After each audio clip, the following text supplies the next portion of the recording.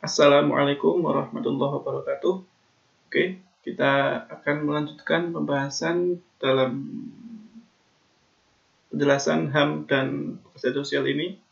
Kemarin kita sudah sampai pada prinsip HAM dalam hukum Indonesia, sampai pada tahapan HAM bagaimana hubungannya dengan konstitusi. Lalu pada kesempatan ini kita akan mengkontekskan hal itu dengan konstitusi yang ada di Indonesia sampai pada tahapan undang-undang yang nanti akan terbentuklah sebuah undang-undang khusus yang membahas tentang HAM pada tahun 99, Undang-Undang 39 tahun 99 khusus membahas tentang HAM. Setelah kita kemarin belajar tentang sebelum ini, kita belajar tentang konsep dasarnya HAM itu sampai mana, terus sejarahnya seperti apa, bagaimana kemudian kita membahas juga PBB, negara-negara yang ada di PBB menyepakati ada kesepakatan internasional yang dikenal dengan Universal Declaration of Human Rights. Kemarin kita juga membahas bagaimana terakhir kita bahas HAM itu bagaimana kaitannya dengan konstitusi. Kira-kira lebih dulu mana konstitusi dengan HAM? Kira-kira HAM ini dengan konstitusi kedudukannya seperti apa? Fungsinya untuk apa? Apakah konstitusi yang mengoreksi HAM atau HAM yang mengoreksi konstitusi? Konstitusi dibuat untuk memfasilitasi HAM atau HAM itu dibuat untuk memfasilitasi konstitusi? Oke, kemarin kita sudah bahas itu di video sebelumnya. Sekarang kita akan melanjutkan pembahasan bagaimana konteks HAM dalam konstitusi Indonesia. Kemarin sudah kita bahas juga ada beberapa pasal dalam Undang-Undang Dasar 45, bab 10 dari mulai pasal 27 sampai 28 dan 30 itu ada beberapa poin yang menyatakan bahwa pasal-pasal ini melindungi hak-hak yang dimiliki oleh setiap manusia di Indonesia, setiap masyarakat di Indonesia, mulai dari pembelaan negara, mulai dari beragama, berkeluarga, bekerja, berkomunikasi, menyampaikan pendapatnya, berlindung diri, menghormati HAM orang lain, tidak disiksa, bebas dari diskriminasi, dan seterusnya. Oke, kali ini kita akan membahas bagaimana prinsip HAM itu melekat dan termanifestasi ke dalam peraturan perundang-undangan yang ada di Indonesia. Kita nggak akan terlalu lama kali ini. Kita mulai dulu dari zaman awal Orde Baru. Kita tahu Orde Baru tumbang tahun 66 setelah gejolak G30. Kemudian ada peristiwa Super Semar, kemudian singkat ceritanya ada peralihan kekuasaan dari Orde Lama ke Orde Baru. Nah, awal-awal masa Orde Baru ini MPR-nya menginginkan ada sebuah pembahasan tentang piagam HAM, khusus tentang membahas tentang HAM. Pada waktu itu kan masih berbentuk MPRS. Sementara pada waktu itu MPRS menginginkan ada pembuatan TAP MPR nomor 14 di tahun 1966. Nah, sebelum pembuatan TAP MPR itu kan dibuat panitia kecil. Panitia kecil ini membahas khusus untuk mengajukan TAP MPR ini membahas tentang bagaimana ada pembentukan panitia kecil yang membahas tentang piagam HAM. Nah, piagam HAM ini nanti rencananya akan memuat beberapa peraturan-peraturan tentang hak yang harus dipenuhi atau hak-hak yang melekat pada diri setiap masyarakat Indonesia yang harus negara di situ memenuhinya, negara tidak membatasinya, negara tidak menghalanginya. Negara tidak menghalangi hak-hak yang dimiliki yang melekat pada diri setiap manusia masyarakat Indonesia. Tapi akhirnya pada waktu itu tidak menemukan kesepakatan. Akhirnya terjadi deadlock. Nah, singkat cerita, pada tahun 93 itu Komnas HAM dibentuk untuk menyelesaikan kasus-kasus pelanggaran HAM, untuk melindungi HAM di Indonesia. Tugas pokoknya ada 3: menyebarluaskan wawasan HAM, mengkaji instrumen PBB tentang HAM, dan menyelidiki pelaksanaan HAM di Indonesia. Jadi karena pada waktu itu masyarakat belum terlalu mengerti tentang HAM, masyarakat masih masih dengan kebiasaan dan kultur yang sejak lama, termasuk kultur-kultur Orde Lama, Orde Baru. Jadi butuh semacam sosialisasi, butuh semacam pendidikan kepada masyarakat tentang bagaimana HAM itu HAM itu sudah melekat pada diri setiap manusia sejak lahir. Sehingga jadi gini, ketika peraturan itu ada tapi masyarakat nggak tahu, kan sama saja. Jadi ada pengetahuan yang diberikan oleh negara kepada masyarakat agar ketika peraturan HAM itu dimunculkan, masyarakat bisa melaksanakannya, bisa mengaksesnya, bisa memanfaatkan peraturan yang telah dibuat oleh negara. Dalam hal ini, pembahasan kita adalah tentang HAM. Yang kedua, tugasnya adalah mengkaji instrumen PBB tentang HAM. Yang kita pernah bahas, ada Universal Declaration of Human Rights. Komnas HAM pada waktu awal berdirinya bertugas untuk dikaji secara hukum, secara hak dasar. Nanti akan dilihat bagaimana kultur yang bisa diterapkan di Indonesia, bagaimana kira-kira yang cocok untuk masyarakat Indonesia, dan bagaimana HAM ini bisa diadaptasi, diratifikasikan ke dalam peraturan yang ada di Indonesia. Kemudian tugas yang ketiga yang saya sebutkan tadi di awal tentang pendidikan penegakan HAM. Jadi ada kasus-kasus misalkan tentang kekerasan, tentang diskriminasi, tentang pembunuhan atau apapun itu Komnas HAM mulai bertugas untuk menyelidiki kasus-kasus yang pelaksanaan atau kasus pelanggaran HAM. Nah, sebenarnya itu termasuk juga mengadakan kerjasama dengan beberapa lembaga di bidang HAM, entah lembaga pemerintah atau lembaga swasta. Nah, kemudian singkat cerita lagi, di tahun 98 MPR membuat ketetapan tentang penegakan HAM. Amanat Tetap MPR tahun 98, penegakan HAM itu diwajibkan harus secara 3 perspektif. Ada struktural, kultural, dan institusional. Secara struktural, penegakan HAM itu harus melibatkan peran lembaga negara. Jadi, negara sebagai organisasi yang mengelola, yang melayani, yang memimpin, yang berkuasa, gitu ya, yang memberikan melindungi ya, bukan menciptakan HAM, tapi melindungi segenap HAM yang ada di masyarakat Indonesia. Nah, peran-peran lembaga negara ini secara struktural menurut TAP MPR 98 harus melakukan penegakan HAM. Artinya apa? Artinya lembaga negara tidak boleh melakukan pelanggaran HAM. Atau gini artinya, penegakan HAM yang ada di Indonesia itu harus melibatkan negara lewat lembaganya, lewat kementeriannya, lewat pemerintah daerah misalkan. Artinya peraturan-peraturan yang dikeluarkan itu secara langsung maupun tidak langsung itu termasuk pelibatan lembaga negara tadi dalam urusan penegakan HAM. Jadi paham ya. Jadi yang jelas penegakan HAM di Indonesia itu menurut Amanat TAP MPR 98 harus melibatkan stakeholder negara. Gitu. Kemudian secara kultural dibutuhkan kesadaran masyarakat.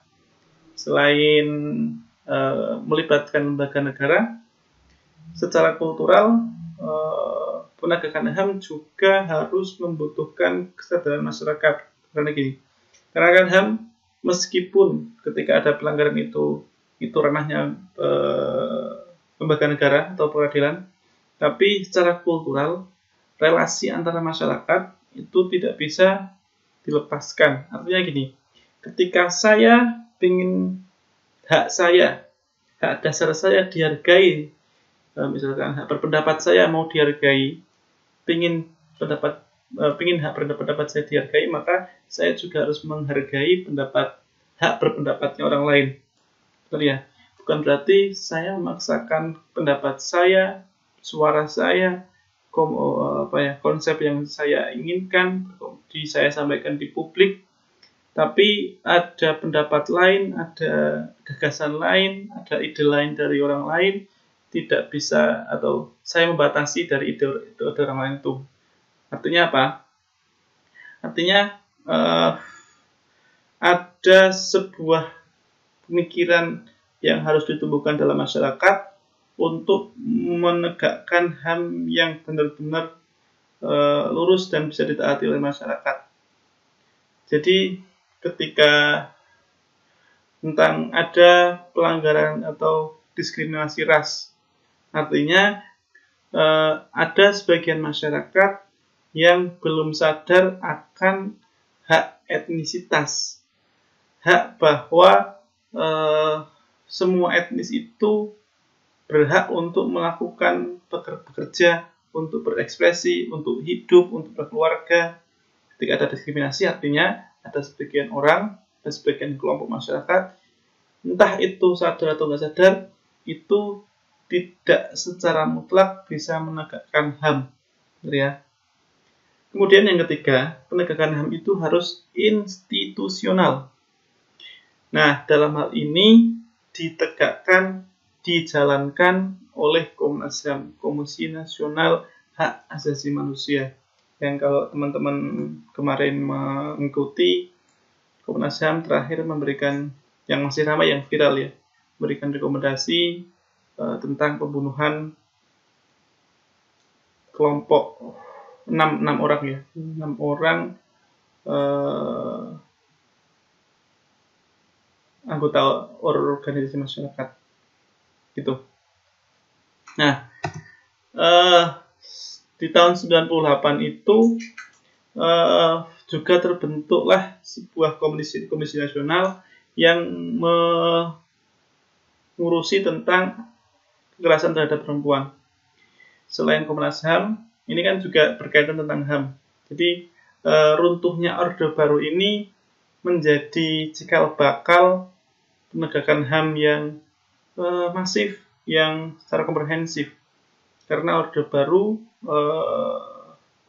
itu secara historikal kita tahu banyak melakukan banyak ada indikasi pelanggaran terhadap hak asasi manusia, bagaimana suara itu dikekang, bagaimana kondisi-kondisi tertentu itu masyarakat tidak bisa melakukan kegiatan secara maksimal, bagaimana ada pemaksaan secara politis, bagaimana kekuasaan itu kadang-kadang di satu sisi memang kekuasaan Orde Baru banyak yang mengatakan kita bisa swasembada, kita bisa produksi pertanian yang sangat meningkat gitu ya, dan seterusnya. Tapi di sisi lain ternyata kekuasaan yang dalam waktu yang lama itu akan cenderung lebih dalam kasus HAM, misalkan dalam pelanggaran HAM, dalam kasus penegakan HAM, kekuasaan yang lebih lama itu cenderung opresif, cenderung otoriter gitu ya. Nah, banyak kasus yang kita bisa baca di banyak penelitian. Nah, selain Komnas HAM di tahun 98 setelah reformasi ini kan muncul juga, nanti akan kita bahas ada undang-undang HAM, akan muncul juga pada waktu itu Komnas Anti Kekerasan Terhadap Perempuan. di mana perempuan yang pada kenyataannya misalkan banyak mendapatkan kekerasan, yang paling dekat dari perempuan itu adalah kekerasan dalam keluarga misalkan. Bagaimana sang suami yang biasanya misalkan contoh kecil terjadi kesalahpahaman atau terjadi ketidakpuasan karena hal tertentu, kemudian melakukan kekerasan. Belum lagi itu selain dari keluarga, perempuan juga sering mendapatkan kekerasan verbal secara publik, mendapatkan kekerasan dalam perusahaan misalkan, diskriminasi, perbedaan kelas, marginalisasi. Nah, ini diantisipasi untuk agar hal itu bisa diminimalisir atau mungkin bisa dilakukan pendekatan-pendekatan lebih persuasif untuk mencegah hal itu. Maka Komnas dibuat pada waktu tahun 98. Di tahun 98 juga muncul Undang-Undang Nomor 9 tahun 98, karena sekali lagi melihat secara historikal, secara histori, Orde Baru itu tidak terlalu memberikan tidak terlalu memberikan ruang kepada masyarakat untuk berpendapat, sehingga buatlah undang-undang ini untuk masyarakat bisa menyampaikan pendapatnya, bisa secara bisa secara enak, bisa secara efektif, bisa secara ruang itu dibuka agar masyarakat tidak lagi terkekang mendapat tekanan dari negara untuk menyampaikan pendapat. Kita tahu kalau kita baca ada kita cari beritanya masih banyak. Dulu misalkan ada musisi yang dikriminalisasi karena lagunya yang dianggap menyindir pemerintah, ada jurnalis yang dipenjarakan dan seterusnya, karena itu banyak sekali.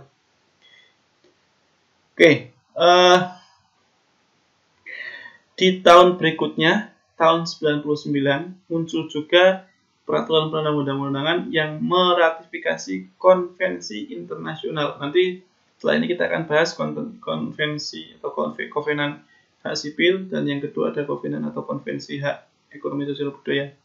Nah, ini diratifikasi dalam peraturan di Indonesia di tahun 99, muncul Undang-Undang Nomor 29 tahun 99. Ini menghapus diskriminasi rasial. Artinya karena keanekaragaman etnisitas, keanekaragaman suku etnis yang ada di Indonesia, untuk memfasilitasi etnis-etnis yang minoritas, ras-ras yang istilahnya dia bukan berjumlah banyak, dia nggak punya kuasa yang lebih. Undang-undang ini dibuat untuk menghapuskan diskriminasi rasial itu. Nah, puncaknya undang-undang itu muncul di tahun 99 menjadi Undang-Undang Nomor 39 tahun 99. Muncullah undang-undang ini tentang hak asasi manusia, dengan latar belakang telah terjadi kasus pelanggaran HAM berat, dengan telah terjadi perlakuan terhadap masyarakat yang tidak seimbang, perlakuan masyarakat yang perlakuan yang dilakukan istilahnya baik antar masyarakat, lembaga dengan masyarakat, negara dengan masyarakat, itu telah terjadi banyak sekali kasus-kasus yang merugikan salah satu pihak, sehingga undang-undang HAM ini dibuat. Nah, karena semakin banyaknya kasus pelanggaran HAM sebelum tahun ini sebelum adanya undang-undang ini, semakin banyak kasus pelanggaran HAM yang berat, maka dibentuklah Pengadilan Khusus HAM. Jadi Pengadilan Khusus HAM ini mengadili kasus-kasus pelanggaran HAM berat, misal genosida, pembunuhan massal. Ini kan dianggap kasus pelanggaran HAM berat karena menghilangkan nyawa dengan jumlah yang sangat besar. Nah, Undang-Undang Dasar 45 itu diinterpretasikan dalam undang-undang di bawahnya kan ya. Nah, terjadi multi interpretasi, terjadi multi tafsir dari pasal-pasal Undang-Undang UUD 45 menjadikan terabaikannya konsistensi muatan HAM dalam undang-undang. Sehingga tadi dibentuklah beberapa Komnas HAM yang tadi, Komnas HAM, Komnas Anti Kekerasan Terhadap Perempuan. Ini diakibatkan karena konsistensi muatan HAM dalam undang-undang HAM ini tidak tersalurkan atau terabaikan, tidak tidak bisa dan tidak terlalu ditemukan muatan yang begitu luas, begitu mendalam tentang HAM karena disebabkan dari multitafsirnya pasal-pasal di Undang-Undang 45 yang membahas tentang HAM. Misalkan hak berkeluarga, hak beragama, hak hidup. Ini terjadi banyak multitafsir yang kita tahu itu punya latar belakang yang banyak, punya latar belakang secara ekonomi, secara pengetahuan, secara paradigma, secara kultural, itu sehingga banyak terjadi muatan-muatan HAM dalam undang-undang tadi tidak konsisten, tidak mendalam membahas tentang HAM-nya. Nah, dari latar belakang itu sehingga pembentukan Komnas HAM dan Komnas Anti Kekerasan Terhadap Perempuan dibentuk karena tadi untuk mengantisipasi terjadi pelanggaran-pelanggaran HAM yang di undang-undang itu belum diatur atau sudah diatur tapi tafsirnya tidak jelas atau multitafsir gitu ya. Gitu. Nah, kita bahas kemudian tentang khusus undang-undang HAM, entah latar belakangnya dan isinya. Nah, atas desakan masyarakat muncullah Undang-Undang 39 tahun 2022 ini. Di masyarakat ini luas ya, masyarakat dengan NGO-nya, masyarakat yang sebagai aktivis, masyarakat sebagai pengusaha, masyarakat sebagai masyarakat biasa dari berbagai kelas yang melihat potensi pelanggaran HAM yang semakin berat jika tidak dimunculkan dalam peraturan perundang-undangan. Jadi secara legislatif, secara legislasi undang-undangan kita baru punya undang-undang ya, bukan UUD ya. Kalau UUD jelas UUD sudah diatur dalam UUD sudah mengatur tentang hak-hak dasar manusia dari pasal 28 sampai pasal 30. Tapi kita kan belum punya undang-undang yang dijadikan sebagai peraturan turunan dari konstitusi. Nah, kita baru punya undang-undang itu di tahun 99. Artinya kalau ini tahun 2021 berarti kita baru 22 tahun memiliki undang-undang tentang HAM. Nah, kita tahu tadi Komnas HAM itu terbentuk di tahun 93. Di tahun 93 itu posisi Komnas HAM masih berlandaskan dari keputusan Presiden. Sejak tahun 99 dengan Undang-Undang Nomor 39 di tahun 99 ini menguatkan posisi Komnas HAM dan pengakuan terhadap HAM ya, karena kedudukan keputusan Presiden dengan undang-undang itu kan lebih tinggi undang-undang, maka posisi Komnas HAM semakin kuat dari adanya undang-undang yang diciptakan ini. Nah, apa yang menjadi landasan atau latar belakang Undang-Undang 39 ini muncul? Yang pertama adalah komitmen bangsa menjunjung tinggi HAM. Artinya, tadi kan tuntutannya muncul bukan dari lembaga negara, tapi muncul lebih banyak dari desakan masyarakat yang sudah saya sebutkan tadi. Dari berbagai lapisan, dari berbagai kelas, dari berbagai lembaga, sehingga ini sebagai komitmen atau kesadaran yang dimiliki oleh masyarakat untuk menjunjung tinggi posisi, menjunjung tinggi letak, menjunjung tinggi keberadaan dari hak asasi manusia. Yang kedua adalah menegaskan prinsip non-diskriminasi.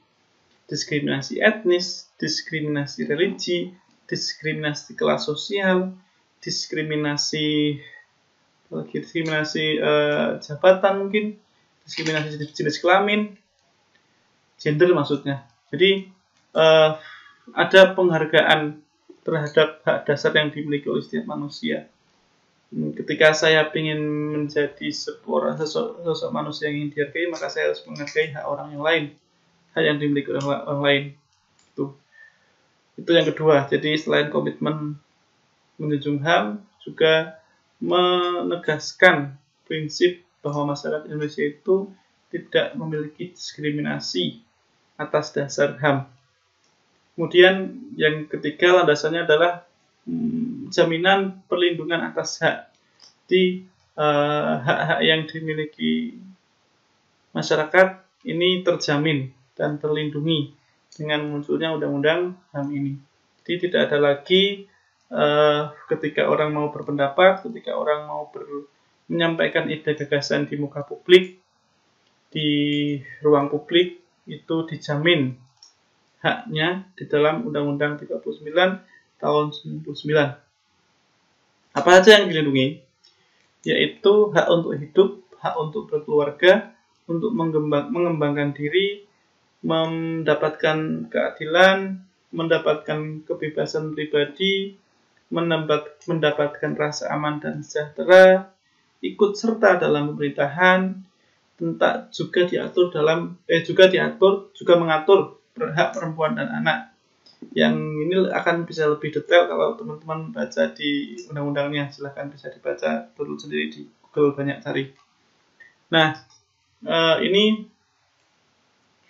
yang kita bisa bahas, misalkan satu,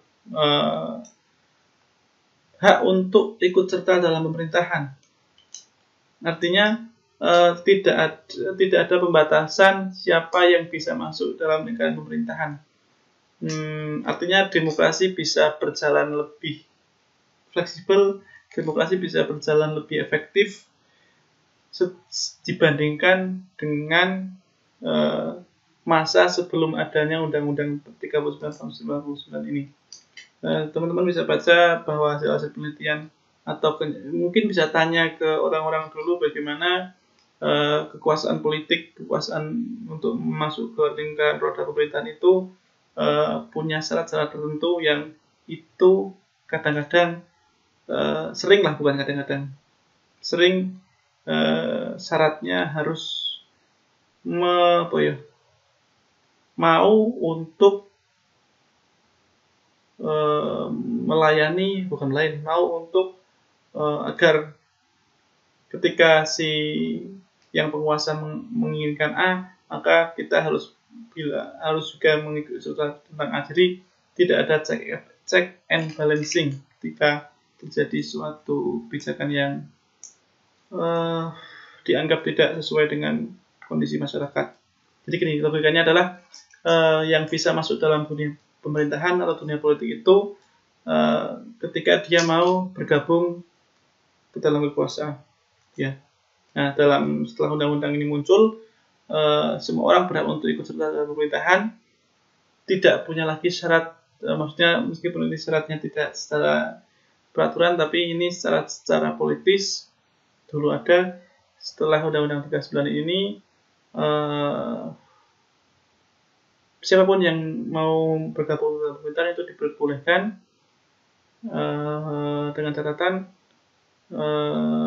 bukan dengan catatan, semua yang masuk ke dalam pemerintahan itu dianggap tanpa syarat seperti dulu lagi. Nah, pengajuan undang-undang pengadilan HAM, jadi setelah ini ada lagi undang-undang peradilan HAM.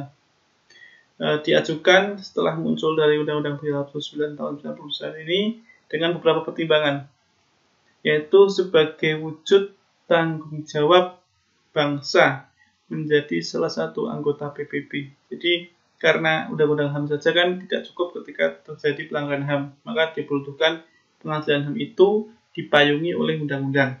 Nah, pertimbangan pertamanya adalah sebagai wujud tanggung jawab negara dan bangsa yang telah menyepakati Universal Declaration of Human Rights sebagai anggota PBB. Juga pertimbangannya adalah melaksanakan TAP MPR nomor 17 tahun 99, yaitu untuk mengadili yang sudah kita bahas tadi, untuk mengadili HAM, untuk mengadili kasus pelanggaran HAM berat. Itu kan perlu ada pelanggaran HAM. Nah, TAP MPR ini belum dibentuk ke dalam sebuah undang-undang, masih berbentuk TAP MPR. Oke. Juga dengan pertimbangan melihat kondisi keadaan yang tidak kondusif pada waktu itu, karena kan masih ada peralihan dari Orde Baru menjadi reformasi. Oke, itu. Nah, akhirnya muncullah di tahun 2000 Undang-Undang Nomor 26 tentang Pengadilan HAM. Bagaimana HAM ini dibentuk, pengadilan HAM ini dibentuk untuk tadi menyelesaikan kasus HAM berat, menyelesaikan kasus HAM, peradilan HAM, dan seterusnya. Kemudian mengatur sejak penyelidikan sampai vonis. Jadi penyelidikan dan vonis ini diatur dalam Undang-Undang Pengadilan HAM yang tentu jelas dibedakan dengan penyelidikan pidana umum. Ya, ini dibedakan dengan Undang-Undang Nomor 26 tahun 2000. Pengadilan HAM juga mengadili genosida, pelanggaran HAM berat. Jadi dianggap sebagai dianggap sebagai pelanggaran HAM berat. Ketika itu salah satunya adalah genosida. Tuh, tapi pengadilan HAM ini ternyata punya kendala, bahkan banyak kendala karena lemahnya instrumen hukum. Jadi setelah dipraktekkan ternyata instrumen hukum yang ada secara teknis, misalkan ada peraturan-peraturan tentang kehakiman dan seterusnya, ternyata pada prakteknya lebih banyak tafsir yang diberikan oleh hakim. Jadi peraturan itu kan sifatnya kontekstual, sedangkan hakim punya tafsir secara kontekstual. Jadi terjadi banyak kendala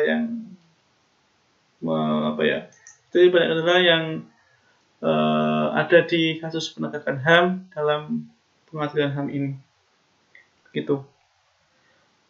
Itu sedikit dulu. Terima kasih. Semoga bermanfaat. Assalamualaikum warahmatullahi wabarakatuh.